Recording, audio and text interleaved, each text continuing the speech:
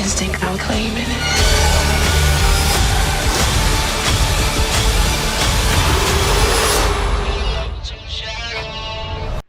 Hey everybody, this is Petey from the Spinner Rack, and I'm here to talk to you about Lovecraft Country. Now, this is a new HBO series based on Matt Ruff's novel.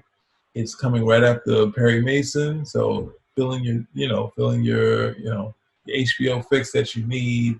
You're waiting for Succession to come back.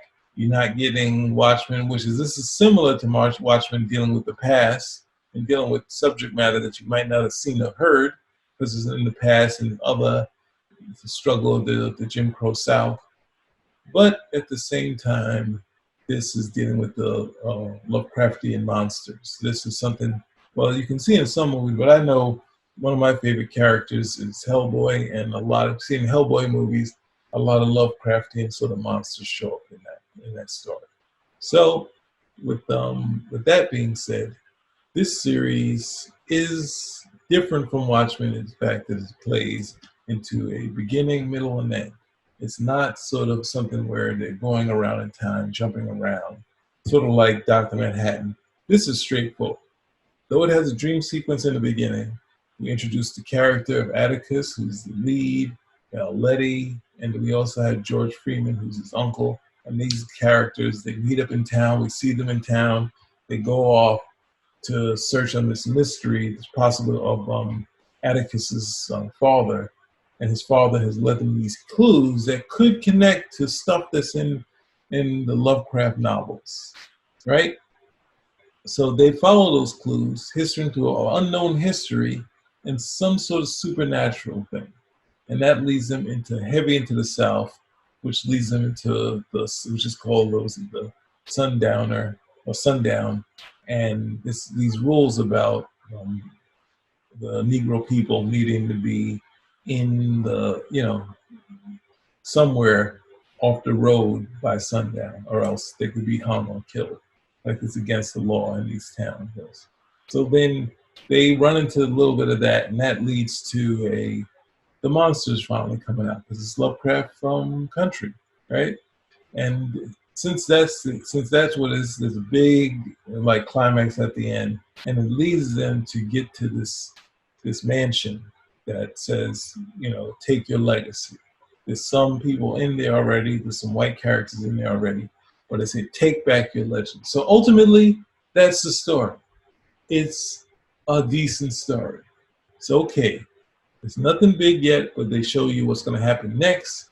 There's so much stuff that they're showing. All the characters that he meets in the town, they wind up in Lovecraft country. So is this all in Atticus's head, or is this actually real?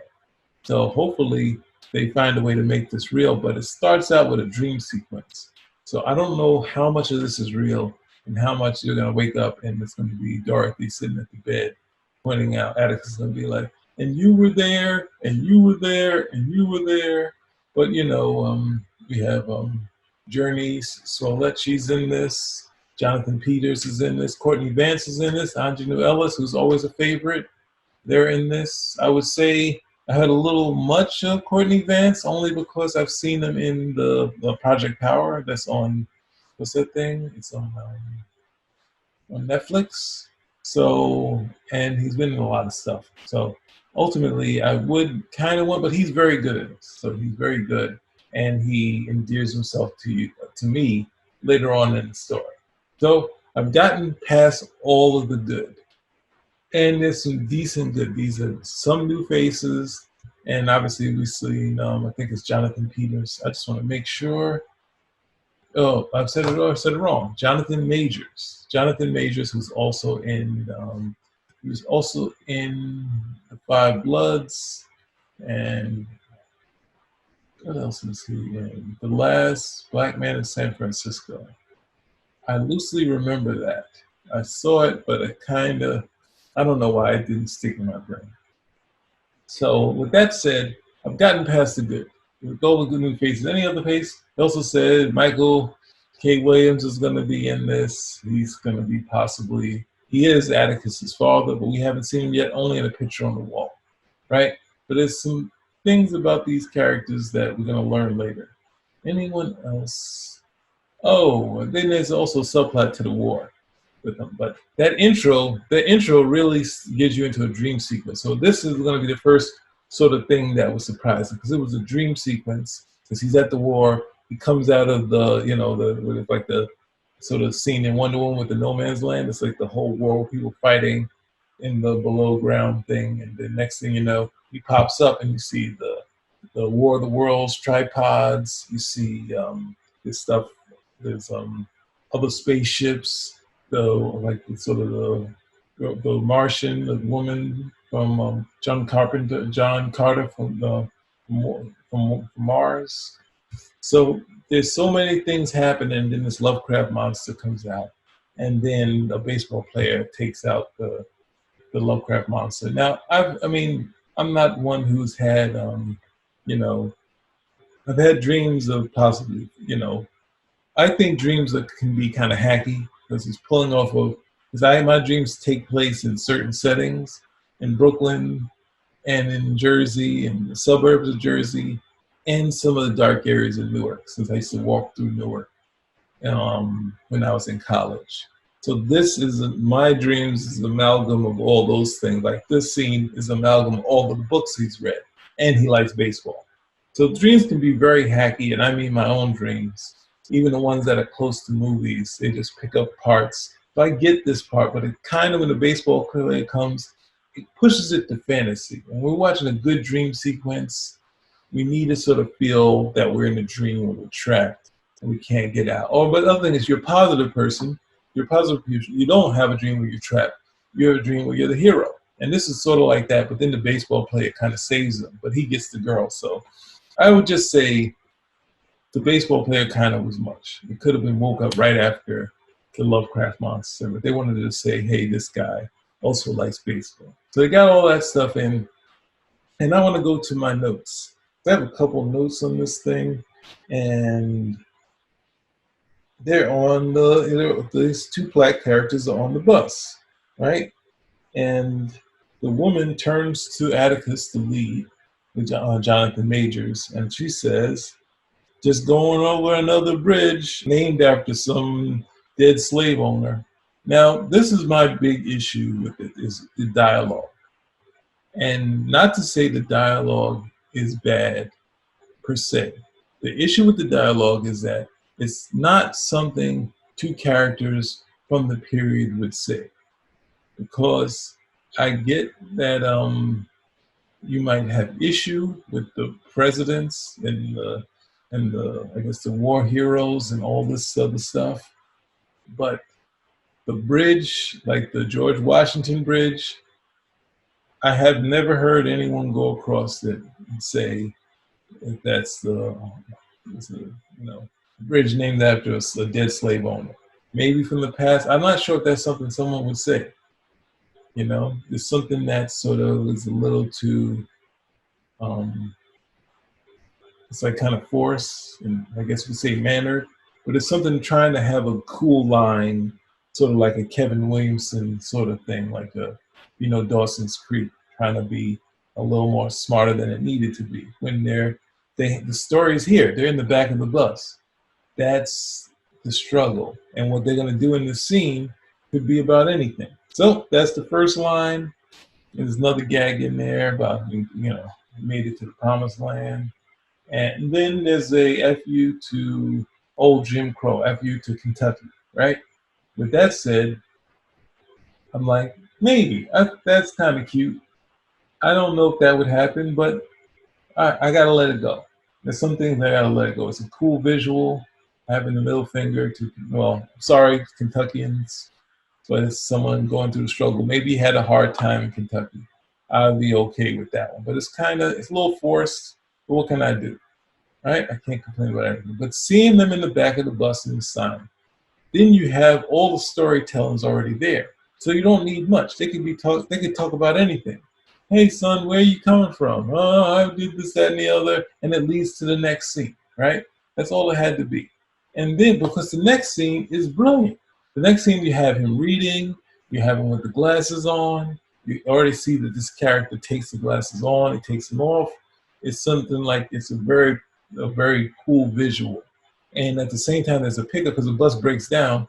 There's a pickup truck to take the people who's on the bus, but they've already decided that they're not taking the black people on this pickup truck with the white characters, right? So he already makes the thing to help the woman, and they're gonna walk the rest of the way. Now this is a powerful scene, so it would have totally, played into, hey, we had this dream sequence, and then we had this powerful scene here. But with that dialogue, I was already on edge because I was just like, this is they're kind of forcing it, right? So they walk, and then there's another thing. They're in there walking, and then he talks about John Carter from John Carter from Mars, and he says he goes to be a captain in the army, and then next and she says, "You said the hero was a Confederate soldier, a Confederate officer. He fought for slavery." And then next thing you know, he said, you know, love them doesn't mean they're perfect. And it's basically this the idea of fiction. This is one of the things that you learn as a kid when you're reading something that might be questionable. What can I say that I have here? Okay, let's say I was a kid and I was reading Sin City here. If you can't see it, right? As a kid, if I had Sin City, right? Well, I probably wouldn't. When I was a kid, I probably wouldn't have let my father know I was reading Sin City.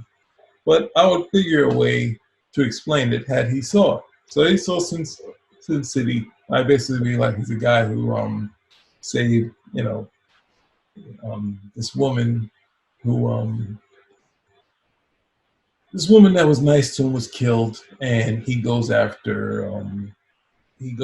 tries to figure out the mystery of who killed the person that leads him to this very dark place, and which is in the town of Sin City. And ultimately, he has to take them all out. But that would leave out all the particulars that are in here, that there's sex and violence and nudity and all this other stuff. Because you like what you like, right? So that's one thing that I want to say is that when we talk about stuff we like, as a kid, especially if someone who's well-read, and they've shown the characters run into many issues. He's had the Coke bottle glasses and the story they say. He's not going to just bring up stuff that's going to get people to do some woke splaining.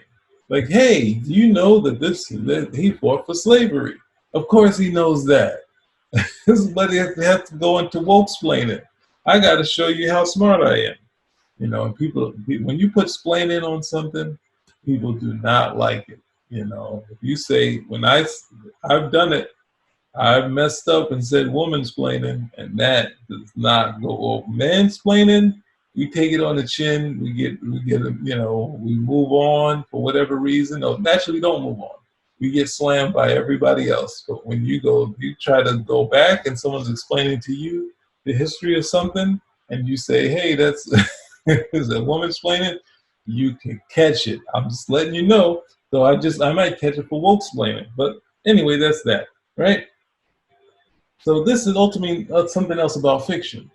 Now, sorry to say, what else do we have here that we can complain about? We could say that Mike Mignola has Lovecraftian sort of characters in there. It's called Hellboy. We could complain about that. Ultimately, the only thing I can say, just to give you an example, that the spirit is a Will Eisner character. And I don't think in this book we have any drawing. Oh, we do have some. And oh my gosh, we have it here. This is perfect.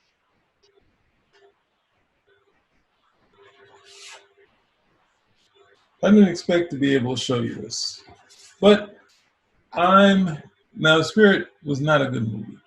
But at the same time, it's a lot of cool techniques.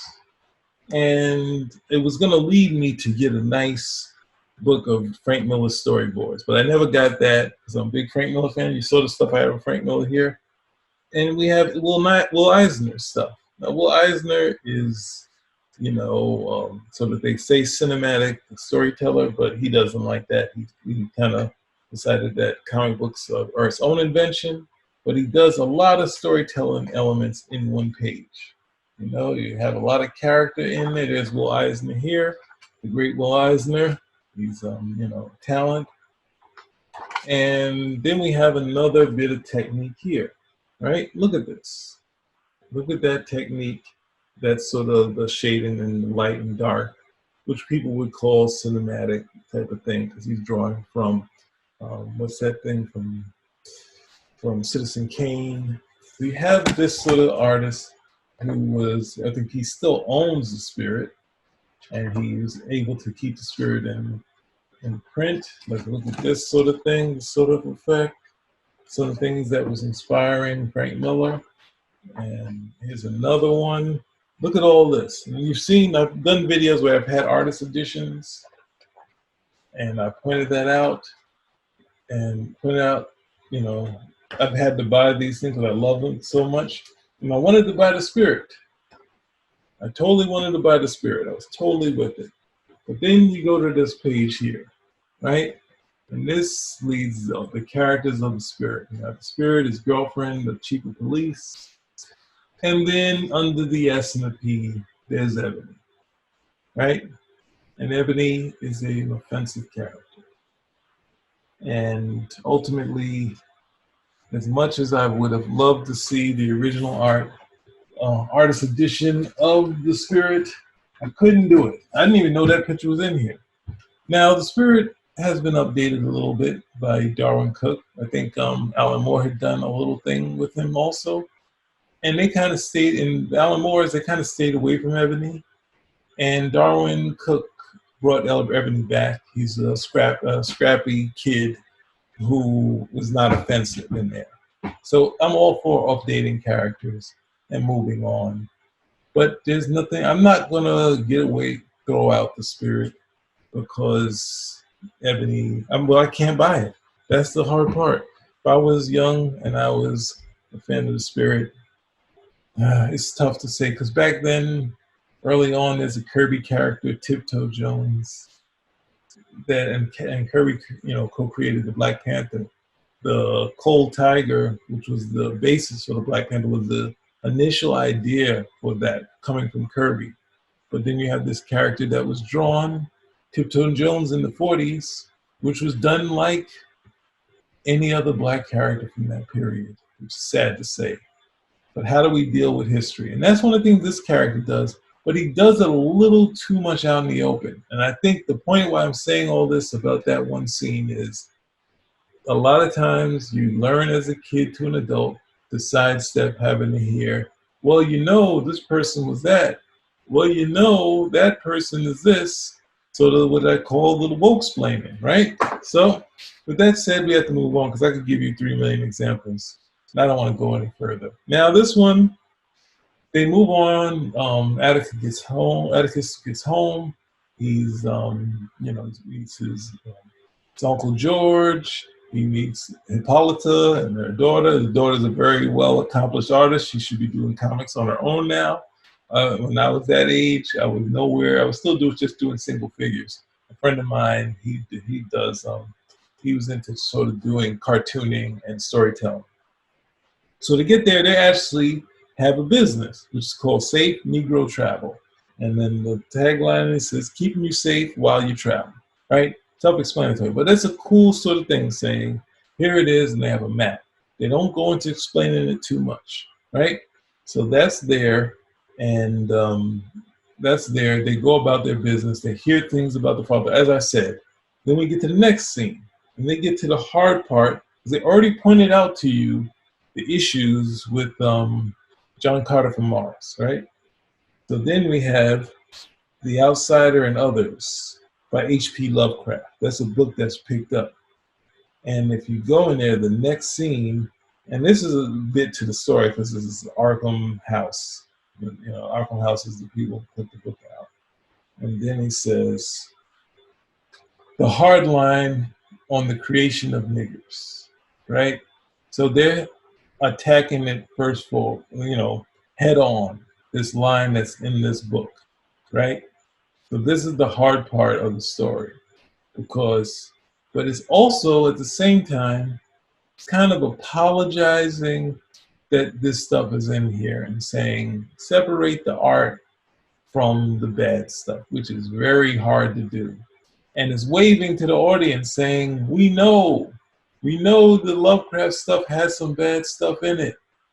So don't, we said it. See, we said it. So then you don't have a problem with it, which I don't know. I mean, the buzz is positive, but it's hard to, it's hard to sort of see this, and it would be hard to move on in this. But at the same time, it would be something where you kind of wouldn't read that book.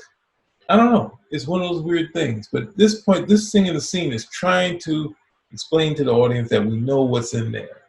And he said, that's one of the Lovecrafts we don't hear mentioned often. So it's letting you know we know. That's what Courtney Vance says, right?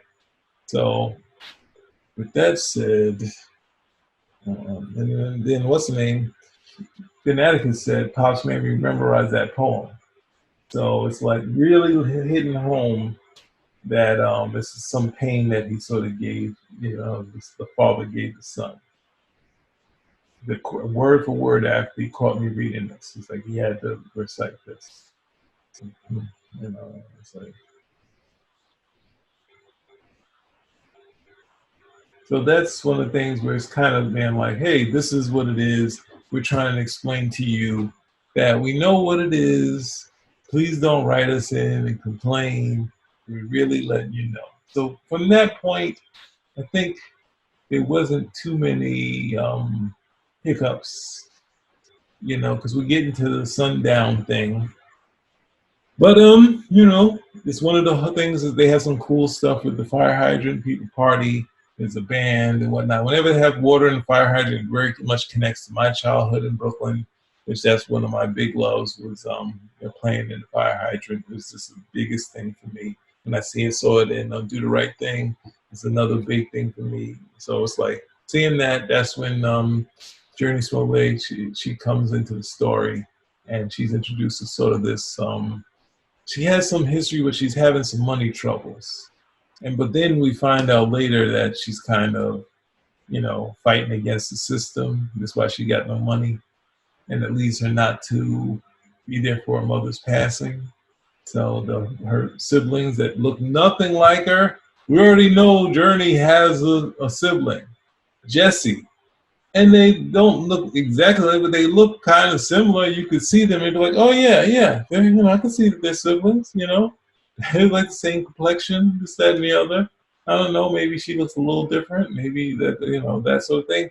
But her siblings, they look nothing alike, So it's, in this time when you're sort of explaining stuff, like the Lovecraft thing, that leads the mind to say, I need this explained. But they don't want you to explain that. So that's why you had to do the good times in Sanford and Son of the relationships. And these people just yelling at the girl, you're not getting this, especially when they look so much different. So anyway, I jumped ahead. So ultimately they have this party. He's going to check out the stuff with the father, but they have a map of all the bad areas. And of course, the Lovecraft stuff leads them to the bad areas to find the father, right? But the difference is that George Friedman, Courtney Vance knows this. He knows where the bad areas are.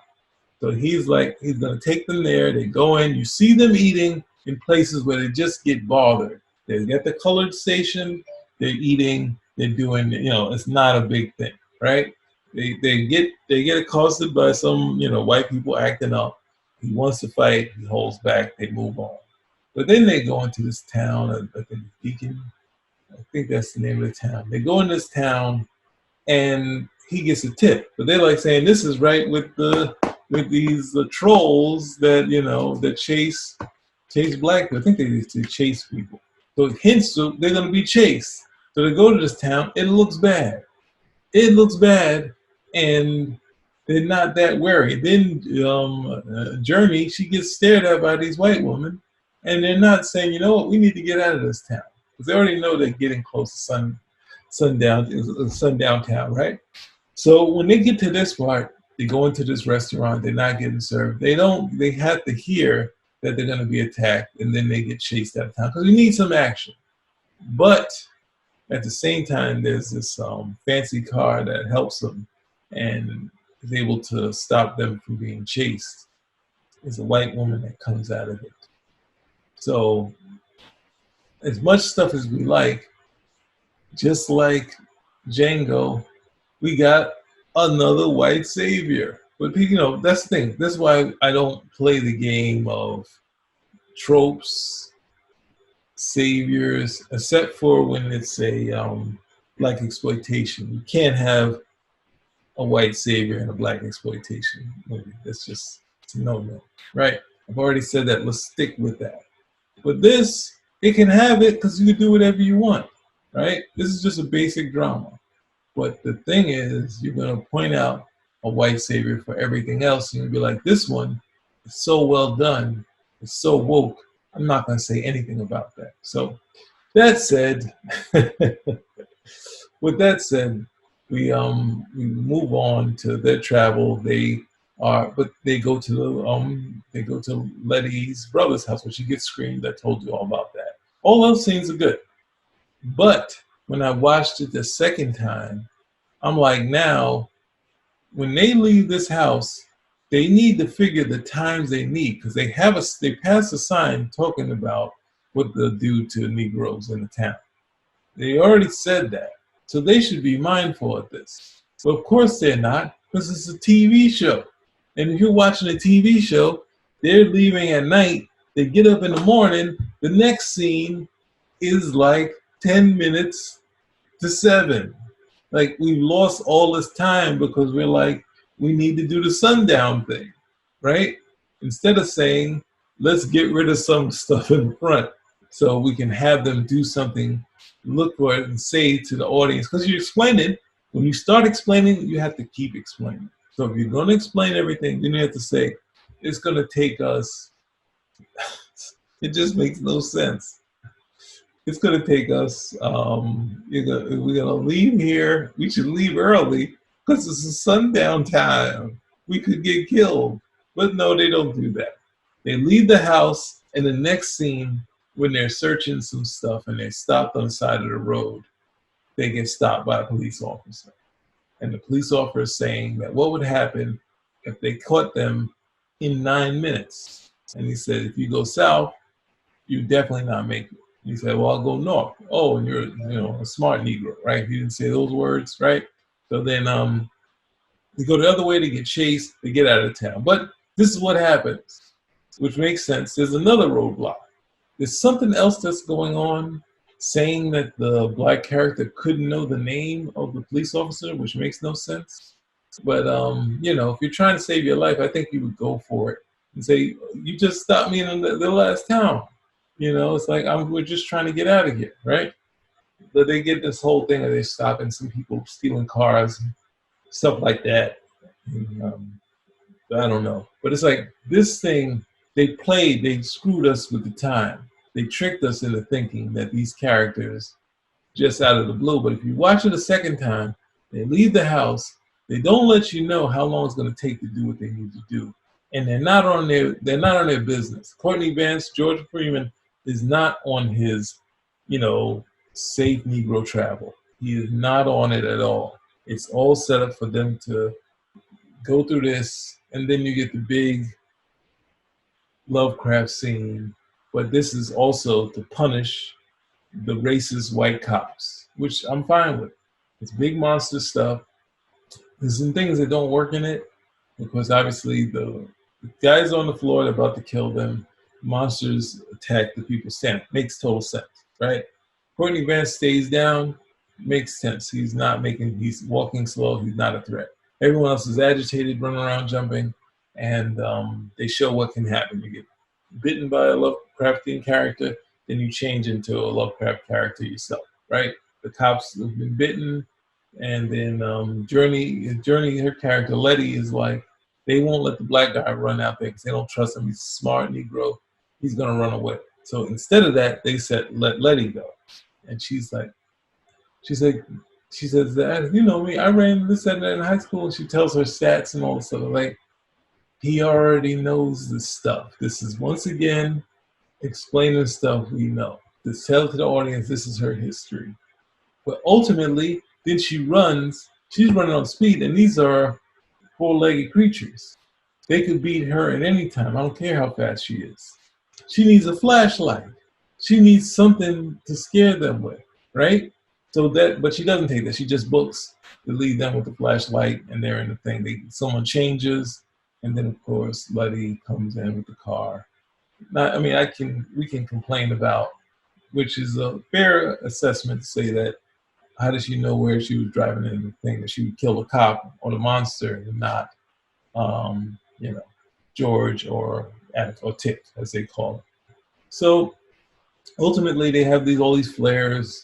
They got 3 million flares. It's not really that bright, but it keeps the monsters away. And then there's a whistle to take them away. And then they start walking in the morning. They start walking in the morning.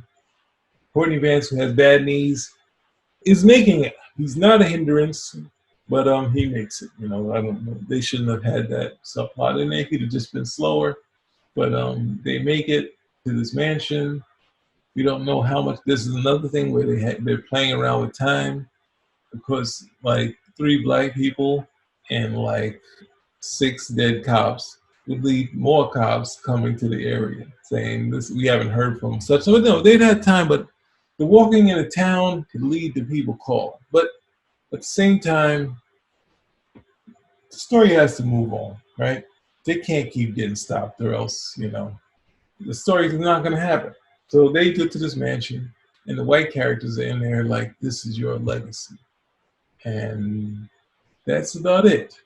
That's nothing except for the timing, the pacing of the last 2 scenes, which I think, because we're following the characters we like, we want the racist characters to die. That's where we kind of get punished, and gives the audience to get the so-called cathartic moment that these guys are going to kill the black people, killed by these monsters first. And ultimately, I guess that's fine. So, but the things that are coming next, and it probably started now, so I need to watch. Scenes that coming up look interesting, so I might have to check it out. But I'm going to check it out because there's so much interest in this.